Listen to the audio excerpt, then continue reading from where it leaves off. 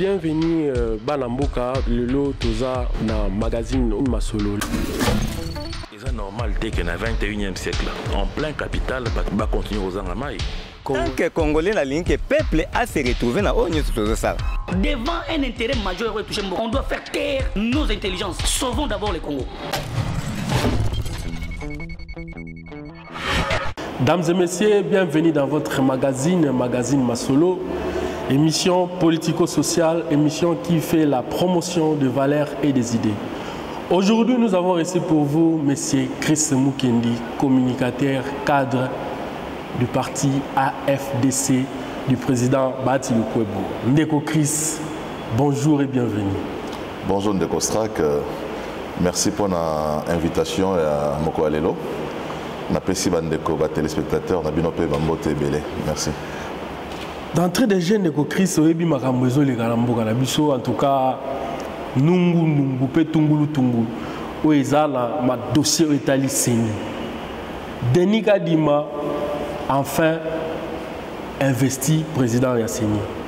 Non si longtemps na ngambo mususu soto tali mwana mboka Moïse Katumbi asengaki na président Félix Tshisekedi à investir bangote, à entériner peu bangote parce que pour na bango bazo juger Denis Kadima azali président moko politisé. D'abord, ndé ba entériner en tant que président. Ben impressionnant les Allandais. Merci Ndeko Strak. Oyebi mboka etambolaka na ba institution nango oezali na kati ya constitution mboka. Mboka moko te etambolaka na ba humeur ya moto moko.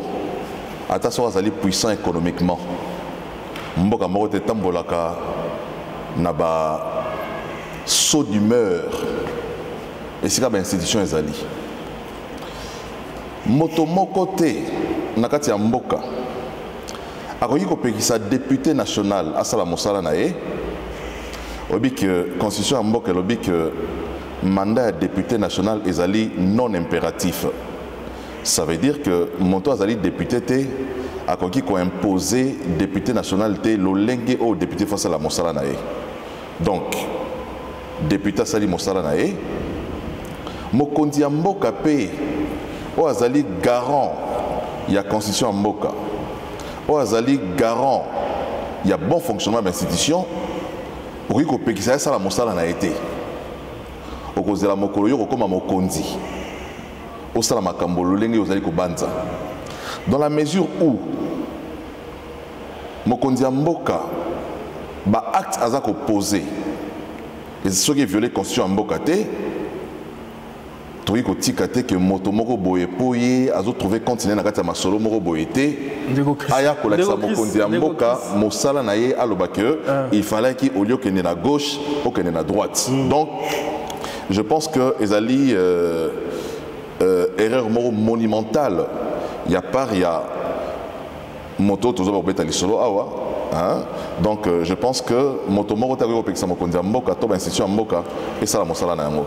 Donc ba sentiment na biso na o Italie investiture enterrement ko komatina investiture na prestation à serment ya bandeko ya Seni pour na biso ezali pas vers les élections, ezali pas vers les manifestations d'abord il y a volonté à bandeko ya union sacrée au bazol que bazali pour na glissement te bazali pété pour na que tout traîner bapa pour que l'élection soit la matin en 2023. Donc tout beleli na bandeko union sur bazar traîner bapa ba rejoindre train il y a élection au esili ko banda à travers investiture il y a prestation à serment il y a bandeko na biso aseni.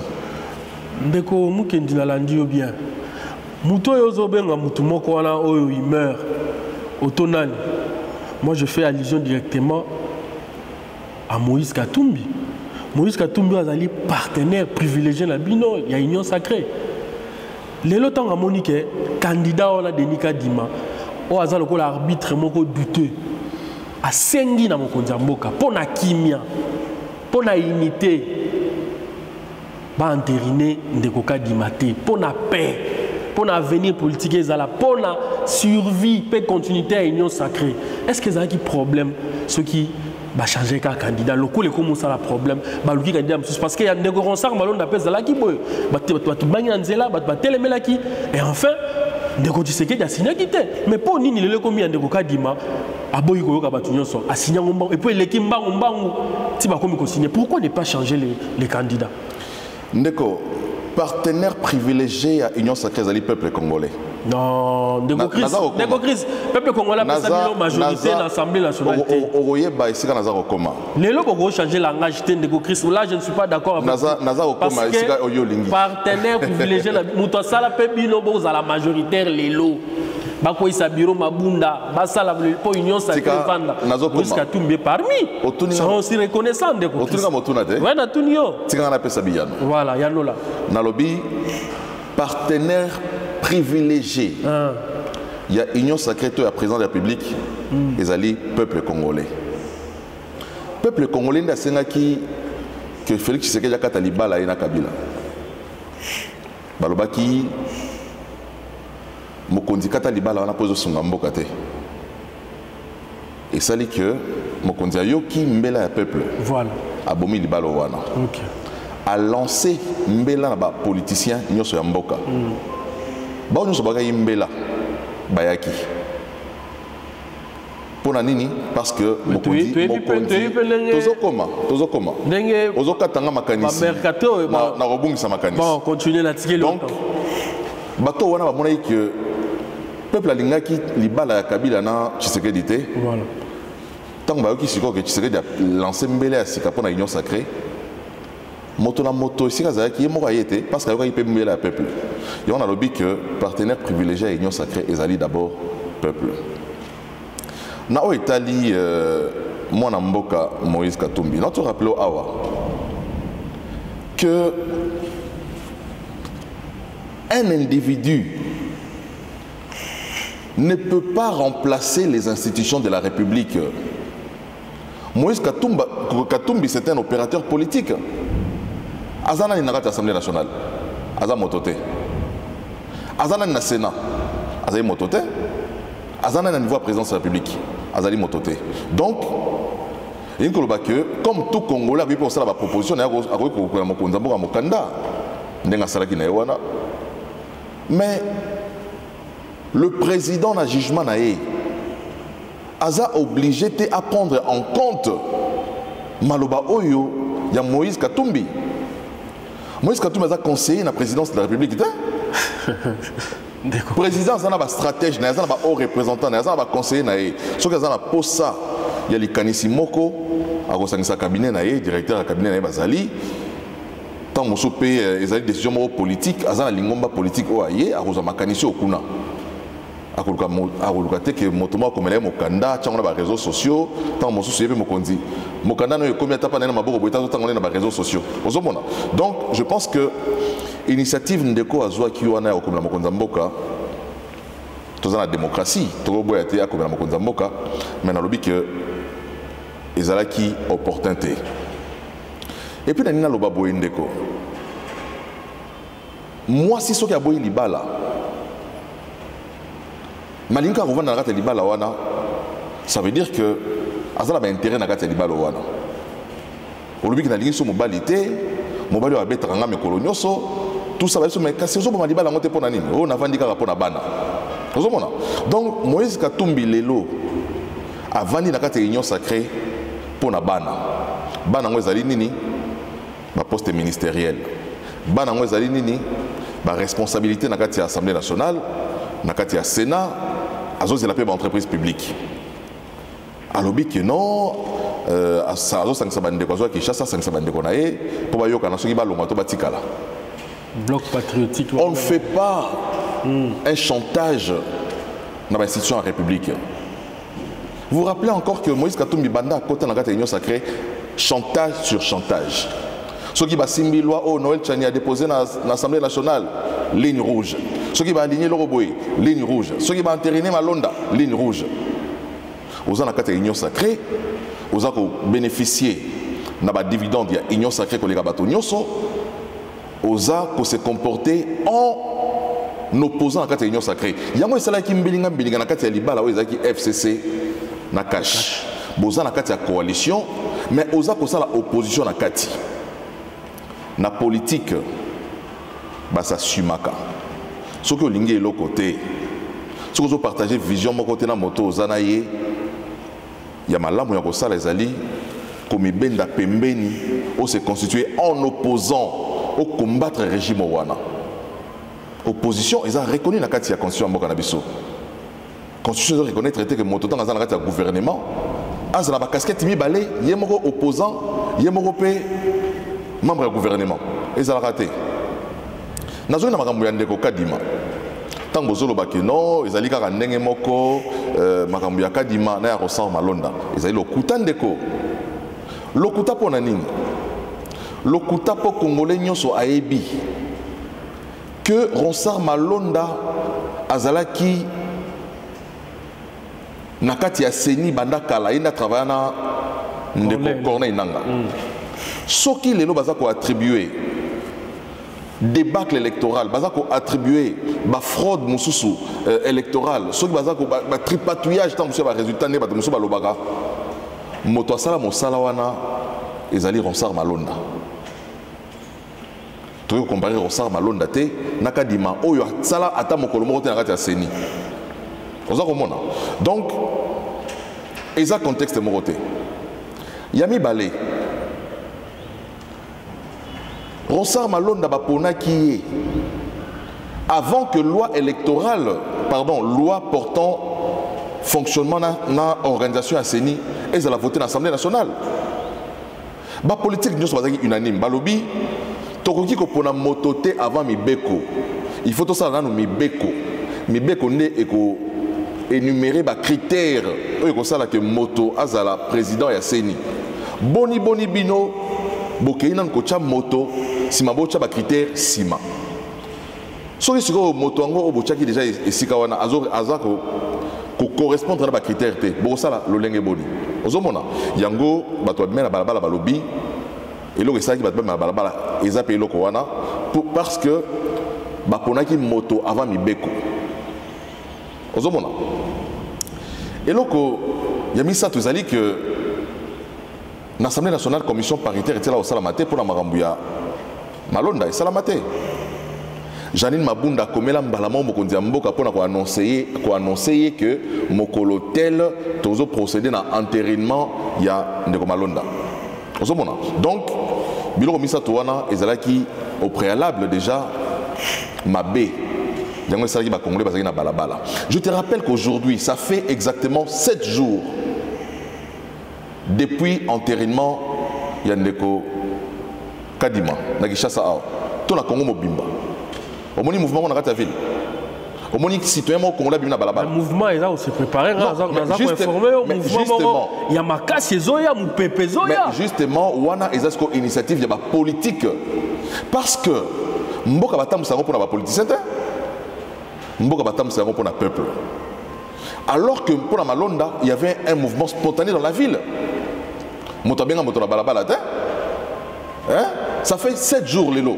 Donc ça veut dire quoi par rapport c'est un kabiliste et un qui parce que bilo peut on dirait intérêt na binoté parce que non apparemment on dirait IDPS ou Union Sacrée boza l'intérêt moko derrière M. Kadima parce que pourquoi boza ko insister kaka oyebi mokonzi mboka azana poste ya Kadima te la carte na ya 2023 président de la République azana poste ya Kadima te pour alonga ata bazui prince penge bache wana Félix alonga na ye ata bazui ndeko Bolojwa bache wana ata bazui ndeko Michel Mangala bache wana ata bache Fayulu yemoko na muzitu bache bango ba président ya CENI ozomona parce que Félix Tshisekedi a imprimé volonté na kolongola na Congo ici kezali il y a solo makambo mingi za ya kosala nyoso na salamité mais a affiché volonté na ye ya kosunga mboka elongwa na point A et comme na point B pona yango ata ba changer Kadima balongoli Kadima je pense que ba congolais ba kosala Félix Tshisekedi confiance il y a on a lobby que ezali kambo ya peuple soki peuple alingi le côté peuple nda telemaka il faut que nous n'ayons peuple état balabala nanko parce que les politiciens se retrouver dans le système dans le circuit à pouvoir vérité le les alinini vérité ezali ke bandeko na biso wana baza en perte de vitesse baza ta musuna makokiti ya kokende na élection na 2023 bazoluka en réalité dialogue oyebi dialogue na mboka na biso ndenge esukaka soki bosali dialogue partage du pouvoir. Allez, Martin Fayulu a une proposition à sortir des crises aux arrangements dans la poche mikolo nyoso papier on sait pasuka pe déjà et beba na mayambula aye na yango atiango na mesa alobi ngai bo pesa ngai au conseil ya ba réforme yango senga te yango senga ba créer les structures moko ya ye azala numéro 1 ola olenga nko ina sensa ba commissaire numéro 1 ba PC ba garde du corps ba PC autonomie financière ba PC ba bureau ba PC bateau allez ba cortège lokola alotaka koza mokonzi akataki yango azalata mwa mokonzi ata au conseil ya eloko wana ozomona. C'est ça la vérité. Et les Congolais ne sont pas dans cette démarche aujourd'hui. Les Congolais veulent les élections en 2023. C'est ce qui intéresse les Congolais. Mais avec un président au hasard neutre, un président au hasard la tendance T. Parce que Nekoka Dimaza a protesté. Pourquoi? Parce que oui. Lobby, selon Lamouka, qui est Azali, membre même il y a eu des PES. Au moins ça c'est facile. Au moins l'accusation très facile. N'a pas de rôle que non. Ambon Maza cousin Fayulu. N'a pas de rôle. Mais est-ce qu'il faut approuver un mot? Voilà. C'est facile de porter des allégations comme ça à la place publique. C'est facile. Il y a un adage français qui dit qui veut noyer son chien l'accuse des rages. Voilà. Donc il faut retrouver un prétexte Morobo et au sala que balié kadimana Tshisekedi pour que nuire entacher processus de tribu la EPSO faire couler beaucoup d'encre. Par rapport à l'école, il faut un Moulouba à la tête de la CENI. Au moins, le débat, il y a un surtout, on a reproché le régime, il y a Félix, tribalisme, mais il y a trop de louba au sommet, il y a un louba. Surtout, ils ont fait ça. Au moins, il y a un loupo, il y a un loupo,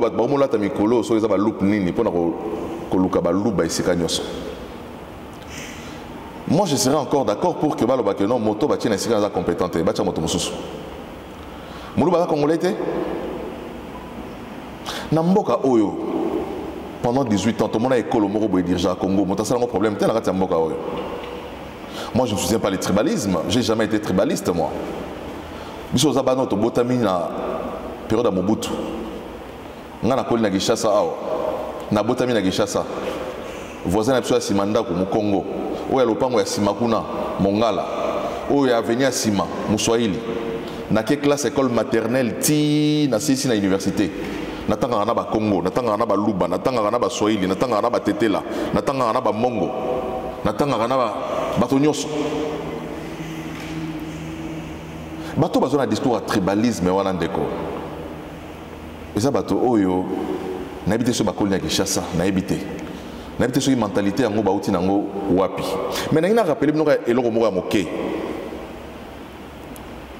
pour na mboka bo molinga na ba libanais ko leka ba luba bo molinga na ba indien ba sénégalais ko leka ba luba alors que tous ba congolais malheureusement ngapena muluba o yaminga na plateau na muluba ozomona coïncidence mais na ina biso loko moko na mboka oyo nazomona bato babio président nani gouverneur à banque centrale Moluba, ministre à finance Moluba, président à cour constitutionnelle Moluba, président ministre à finance président à cour Batang Yasseni Moluba. D'accord. Namboka Oyo, pas plus tard que dans le régime passé, tout le monde gouverneur à banque centrale à Katangé, président à cour constitutionnelle à Katangé. Président a saigné Zaki Katangé. Mais Ndeko Chris, tous combattre anti-valeur, on combattre qui 38 ans litre. Vous ne pouvez pas copier ce que Kabila a fait. Apparemment, ils ont qu'un bon. Non, Motuna Ngazalini, président il y a Sénat Zalina. Après Moulouba, président Sénat Zalina. Zamouta Est. Président Assemblée nationale Zalina. Grand Bandou. Mais tout le temps, on peut poster M. Zarata Mboka Balouba Zalité. Pourquoi acharnement on a sur les Balouba? Parce que comme il a poste vraiment clé. Dans la banque centrale. Poste clé, na poste clé, tu n'as pas besoin. Non, Ndeko Chris. Oyebi makabla zolo banayo. Mais aux autres. Ministre du budget. Et un poste clé na mboka azam tawapi. Azamoutapi. Ministre de l'Intérieur Azamoutapi. Tout le temps, on va poster bien dans Tamboka. Je crois que le discours est un discours à Malamoté. Il y a un discours, il y a division. Il y a un discours, il y a haine. Il y a un discours où ils ont permettre la concorde nationale dans Tamboka. Il faut dénoncer ceux qui sont compétents et qui sont compétents. Bateau Nyoso wana il y a confession religieuse. Na ba obabo ikadima. Bazo reconnaître loko moko na kadima. Balobi bango Nyoso que c'est le meilleur candidat président à Seni. Na bateau Nyoso va déposer ma candidature. Malobane bi na monoko ya Chole. Na monoko ya Chole. Abina ba candidat Nyoso va na Seni. Oya meilleur que les bateau Nyoso ezakadima. Donc bazo kadima te pas za moluba. D'accord. Kadimaza étranger, Aza chinois.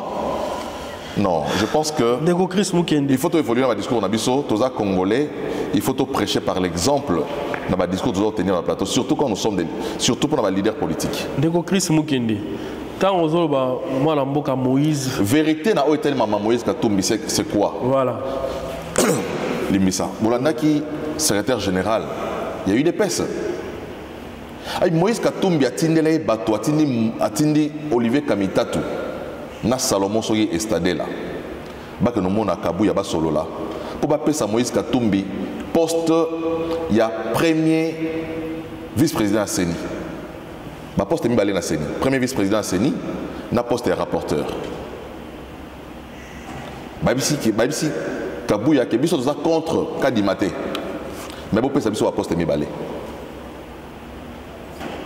Kabu yabisi bango mais batndeko o mususu bautaki na FCC baza ebele ko le kabino poste na za pona bango trop pesa bino yango te contestation nyonso frustration nyonso euti esika wana donc mokanda on ezali kaka expression ya frustration démarche o bandeko na biso ya ensemble bazali kozwa lelo ezali démarche ya bato yo baluki eloko bazui yango te baza frustré bakomi ko multiplier ba discours pour na rejeter salité likolo ya union sacrée mais bazali libre car lolenge bakotaki na kati ya union sacrée bazali pe libre porte za kofungwama o amonika au travail na mokonzi ya mboka azali na ye o amonika osala nzela mosusu porte za kofungwama ndeko mwana mboka Chris Mukendi sur la langue bien ou tsoloba tout à l'heure avec Moïse Katumbi faisait de l'opposition au sein de l'union sacrée mais beauté à démocratie pesali il y a une divergence d'opinion mais bino boliga makamoyo surtout bino bo decidaka mwana mboka Katumbi andimaka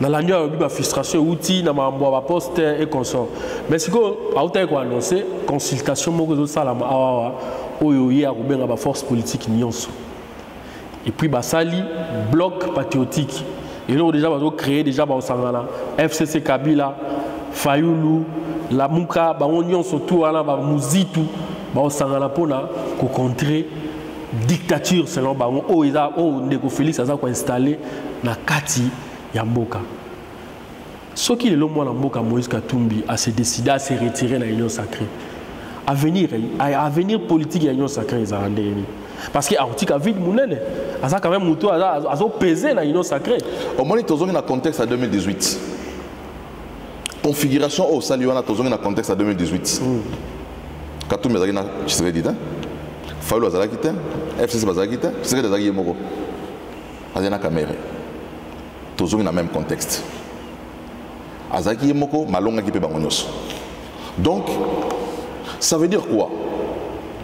Ça veut dire que ceux qui a battu bango nyonso bazalaki na ngambo moko na 2018 aza capable de rééditer sous exploit en 2023 ya ko battre bango nyonso baké na ngambo moko donc pour na biso ezali eloko ya sikate tozoka moite moto na moto azongi na ndako na ete omoni soki pe boko saka na butu ekoti bana balingi ozonga moto na moto azonga na ndako atata na ye Moïse azongi na ndako na ye ako retrouver Kabila azongi na ndako na ye Fayulu tu bazongi na bandako na bango basangani bango nyonso tuna siko mokonzi alingo bango zanani siko par rapport à l'union sacrée na autres par rapport à l'union sacrée par rapport à ba corps ba poste ministériel ba occupa non mais soki lelo mwana mboka Moïse Katumbi se décide à bilan biso lokola tozo kanaté to se retirer union sacrée otika la ga union sacrée otonde mais union sacrée eza union sacrée te pour Katumbi za na kati te union sacrée za union sacrée pour za sacré eza ba congolais ba se réunir autour ya ba valeurs républicaines pour aider Mokonzi Mboka à sa mandat au bénéfice des Congolais. Ce qui, yo Monique, bitumozo bundeza au bénéfice des Congolais té. Au bim nakata union sacrée pour continuer.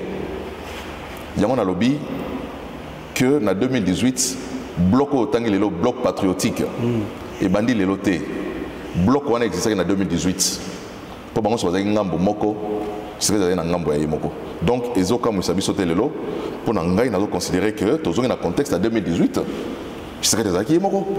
Azaki lande ko caméra. De caméra wa chai poa mais justement caméra dans la bloc on a té, on a lobby que Azaki moko. Na d'autant la caméra était parce que caméra ce soit dans les loto yebi. Donc ezoka musa nango congolais mon côté. Donc donc ça attend de Moïse qui a na union sacrée et puis toyebi politique na biso ya Congo n'etambolaka. Komoni tant on okende tant on annonce que na ça la prophétie mais ça expérience politique ya Congo histoire politique na biso la ça que tsoko yaki na kati ya lingomba yaki na bana 15 jours okende oketa musula misatu oketa musula misatu donc le rôle ba ministre ba ça wala ba bo ya kolongwa ba ba démissionner na prophétiser nous avons une fonction prophétique. Vous avez la foutité déjà parce que tu as vu les sacrés les qui sont là, bah déboucher, moi belé belé aux alawana kanyaka. C'est que déjà vous bali déjà moi sensibilisation que bah vous démettre dans la banque. Et ça histoire ya Congo. Papa Fabi malabala na et ton maman Fabi malé soit boy libala le au toloba. Et ça histoire ya Congo. Na histoire ya Congo to mona que motosora koti abimarandenga kotagite. Et ça histoire à Congo. Parce que bateau on a pu bazabana oh ya boti biologiquement te ndaku na été. Et ça bateau bakuta na bango na nzela na politique.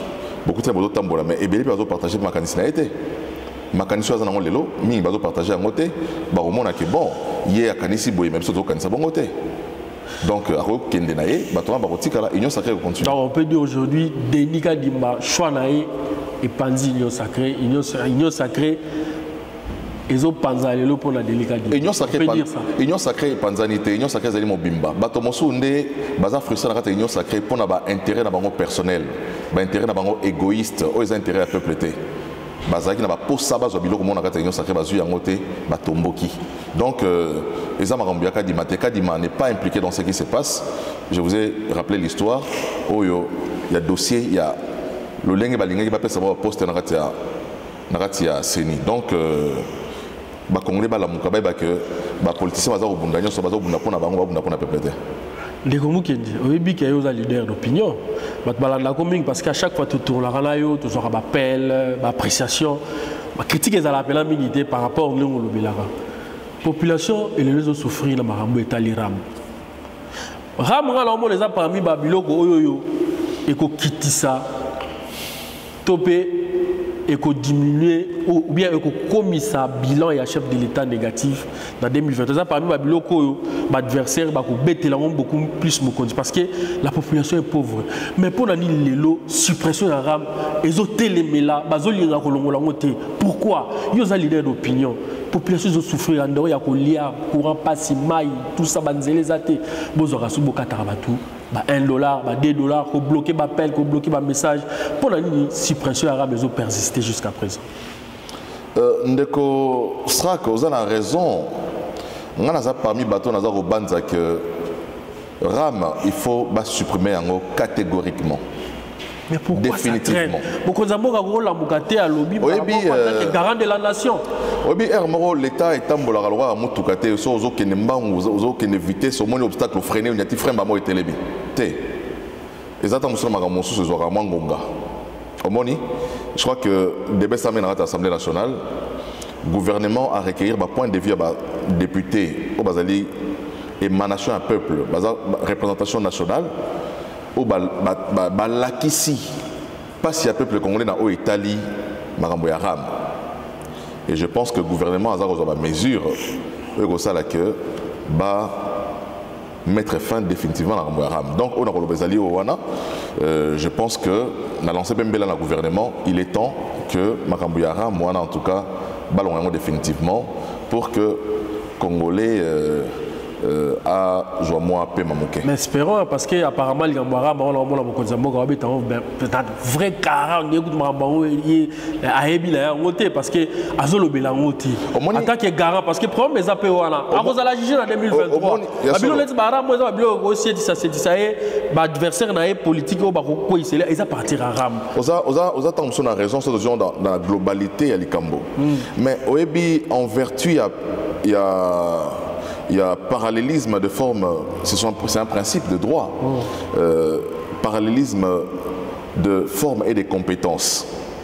Ça veut dire que Moto a une décision pour instaurer RAM. En fait, la fonction Premier ministre. Donc, ce qu'il faut supprimer, et vous appelez à supprimer par un décret. Il y a Premier ministre. Donc, il y a responsabilité de Mokondi Mbokate. Ils ont dit gouvernement ou à dégager qui décision au cours d'un conseil des ministres, et c'est aussi au cours d'un conseil des ministres qu'il faut décision de suppression des salama, et puis Premier ministre a un décret pour nous supprimer un mot. Donc je pense qu'il faut, comme tu l'as bien dit tout à l'heure là, accélérer le processus pour que Congolais aient un souffle. Et qu'on déséquilibre le chef de l'État, ils appellent l'état de siège. L'état de siège, entre nous, soit dit, ils ont un bilan négatif.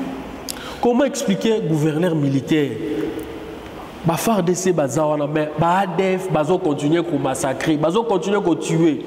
Récemment, l'armée rwandaise qui est siégée et dépassé les limites, et qui est au Congo, il fallait basala. Les autres qui sont 6 mois, 8 mois depuis le décret d'état de siège, l'amélioration est atteinte. Yo ko loba en tant que leader d'opinion, population landaka, population talaka yo. Na zolinga mingi ozala na katikati. O loba makamule ezali parce que tu seras aussi jugé en 2023. Yo pe l'air koya na yebi bien ko ozala candidat. O yebi sa population ni. Na ligne déjà erango ya obanda ko loba déjà vérité par rapport il y a ma réalité parce que la population a 2023 la population est mature. Elle sous polote au conseiller, non. Comme le système il y a bilan, état de siège, bilan jusqu'à là négatif, rien ne marche. Voilà. Mais na souka yo loba yusu ya mloko ya motuya olobi na vérité. Voilà. On s'appelle na kacha populaire na poso ya politique on s'appelle na poso ya congolais na parmi ba politique o basala la politique à vérité il y a démagogie. Voilà. Ozotanga awa ba massacre tant mosusu ba ndeko ya ADF ba sali na kati ya Congo. Mais ozozata ngongate otanga exploit ba FARDC o bache en déroute ba rebelle ou ADF ça va massacrer dans Mboka Nabiso. Les lois en termes de bilan, s'il faut comparer les années passées, na OSA Malelo, il faut saluer les efforts. Il y a état de siège. Au moment où on a un discours, il y a diabolisation à état de siège. Diabolisation, c'est pas fait, Zali. Tout le monde va continuer pour 4 ans. Les bateaux ont un intérêt économique directement dans la province où il y a Bitumba Zali. Au Biki Nassima, liwa ya peuple congolais les gens bateau bazo tonga ba immeuble na kati ya mboka na sima ya liwa ya makila oyo so na kati ya mboka les gens bateau muso ba tonga ba immeuble na Kinshasa bazo tonga ba immeuble na ba osala ba commerce ba osala ba économie na ba na kati ya mboka. Donc bateau na baza contre état de siège parce que ceux qui vont au coût à $5 000 les lots bazo coût à $200 pour na bango ils allaient perte. Mais la vérité, c'est que l'état de siège aujourd'hui et mettre en déroute Monguna Nakati Mboka, état de siège, et ça dit que le territoire n'a pas été occupé par Banguna, le village, ils ont été récupérés. La route n'a pas été Mboka, où ils ont été barrés, où ils ont été rebelles, imposés qui, la taxe d'Anzela, Banzela Nyosona, les lots, ils ont été libérés. Donc, je crois que l'état de siège, les autres produire effet Nayango, il reviendra. Parce qu'on a décrété l'état de siège pour finir avec les massacres dans les pays. Aussi longtemps que L'objectif pour lequel l'état de siège est décrété est atteint, on ne peut pas mettre fin à l'état de siège. Il faut éradiquer définitivement les massacres dans l'Est du pays pour que tout instaurer réellement Penagatsamboka. Merci beaucoup, Ndeko Chris Mukendi. En tout cas, tu as commis presque un Asuka. Président de la République, il a Israël, docteur honorifique. Hein? Docteur honoris causa. Est-ce qu'il y a une différence entre docteur honorifique et docteur scientifique? Parce que Ebele Balobi, Moussou Balobi a attendu de passer titre docteur, Moussou Balobi a pour la honorer. Moi, nuance est-ce que vous pouvez expliquer la population par rapport à Ezali a titre honorifique. Ouais. Ça n'a rien à voir avec l'université, les études académiques. Parce que dans toutes les questions, on n'a pas battu parce que Confucius a mis les réseaux sociaux. Non, Ezali a titre va passer à moto pour avoir mérite temps Moussou. Quand ils sont scientifiques, bah mérite Moussou temps Moussou ya paix. Et alors va titre va prix Nobel ya paix, hein, prix Nobel temps Moussou ya lecture, bablo bongo. Donc ça n'a rien à voir avec les études scientifiques. C'est juste mérite au Bapé Simokondiamboka pour des raisons qui ne sont pas des raisons en tout cas académiques. Les AP politiques honneur non, ça n'a rien à voir de politique. Les AP pour la gouvernance honorez-les non. Non mais il faut lire le contenu de ces documents. Ils ont détaillé dans les documents les raisons pour lesquelles on lui a décerné ces prix-là. Merci Ndeko Chris Mukendi. En 30 secondes, le mot de la fin pour le journal émission Lelo pour conclure au Congolais. Le mot de la fin, c'est que les Congolais sont de distraction. Le Congo est résolument engagé sur la voie des élections. Donc j'appelle la jeunesse congolaise à ne pas céder à la manipulation des politiciens. Au bazar en mal de positionnement, Bazo Lukaba utiliser la jeunesse congolaise pour se servir comme des escaliers pour atteindre l'ambition. Donc Lelo, les jeunes Congolais, tous se préparer. La CENI, ils ont déjà investi. Bazo Banda Mosala, Tomi Lengela, Toki na ba élection, ba jeunes au bazar ambition, ba manifester ba ambition na bango pour bazar la candidat pour que tout renouveler classe politique, tout même espoir na katia Mboka na biso. Merci Minki. Merci P. Moi Mboka Chris Mukendi. Mesdames et messieurs, c'était Chris Mukendi, communicateur de la FDC. Merci de nous avoir suivis. Nous disons merci aussi à nos partenaires du musée national, Bango, Espace. Si vous avez le temps, passez, visitez. Il y a déjà des salles qui sont disponibles. Boya, Botala, objet, Botala, œuvre, cette émission Batika, et que vous allez vraiment important et vous fondez là parce qu'une personne qui ne connaît pas son passé, c'est une personne vraiment, vraiment morte.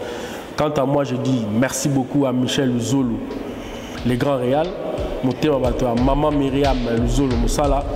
Je vous retrouve prochainement si Jésus ne revient pas. Au revoir.